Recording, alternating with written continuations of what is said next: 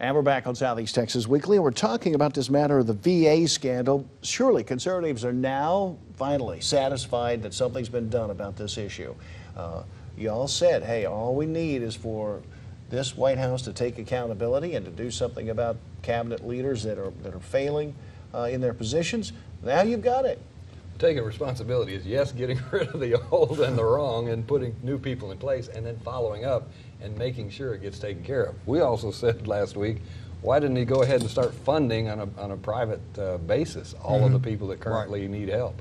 They could have handed them vouchers, literally. They could have gone to another facility and gotten treatment instead of being hid on a list so it looks like they're really taking care of everybody. But this is a process that, you know, is in all medical care, regardless of where you're at. It's a lengthy process. There's, you know, you have wait times. Much lengthier through the government. Oh, much lengthier. Well, here's the other thing. You know, the people that need care only increased by a third. The funding doubled. Yeah. So people keep saying the reason we got this problem is because we had these wars. If you Google it, you'll find there's not a whole lot more military injuries since war as since peacetime. Every single loss in war is a sad loss for all of us. But when you look and see the casualties that we've had in Iraq and Afghanistan totaled, don't even total up to one battle in the Pacific in World War II. Did the former Vice President Dick Cheney way overstep in his comments in the last few days that President Obama is the weakest president in his lifetime? Now, you know, he's a student of presidential history as well. He's seen presidents. The weakest. Well, a lot of it has to do with power and the perception of power. Use of power. That's exactly. If people perceive that you might use it. Does anybody here believe this is the weakest president in their lifetime? Absolutely. He's the weakest. The only close would be Jimmy Carter. Which is the worst economic situation That's some had. harsh criticism right there. Well, it's sad, but not 90% everybody. of Southeast Texans agree. You know, Mark Twain says we're all ignorant in different subjects, just in different subjects. And some people are leaders, and some people aren't. Mine's some girls. People, yeah. I'm really, you're weak and girl. No, that's just it. If we say we're going to do something and don't do it, you don't have to do that but twice. And then they say they're never going to do anything. It's called bluffing. I think President Obama actually said one time, "Don't call my bluff," which meant what he meant to say is, "Don't call me. I'm not bluffing."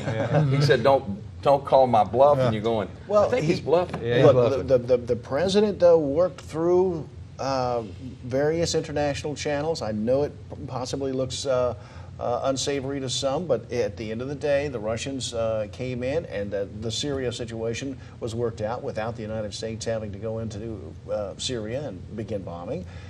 There is that. And the weakest president ever. The guy that did that said he's the weakest leader. The president came in his campaigning in 2008 and said, "I will get us out of Afghanistan."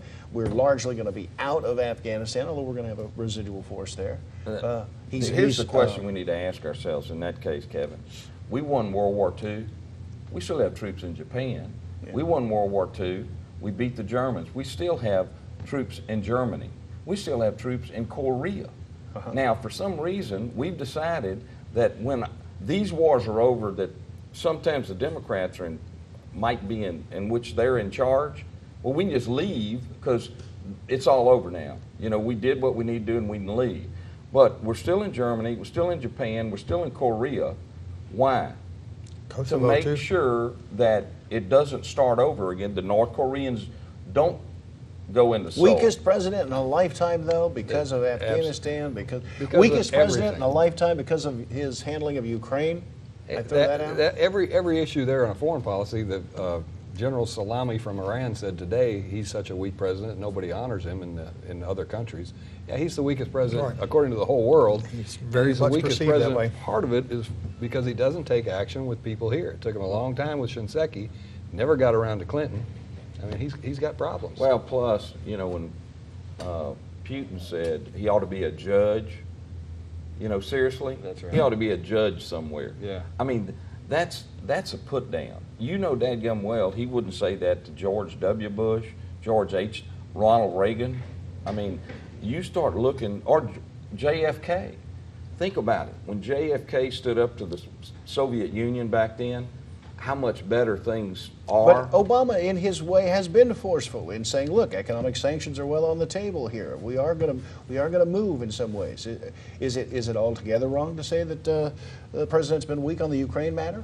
He has been weak on the Ukraine matter. You yes. can walk softly, carry a big stick. Big stick. It's not walk softly, talk softly. Got to run. Forget your Speak stick. softly. Gotta run with that. I left my stick at home. We'll see you, Stick's we'll a see golf you club. next time on Southeast Texas Weekly.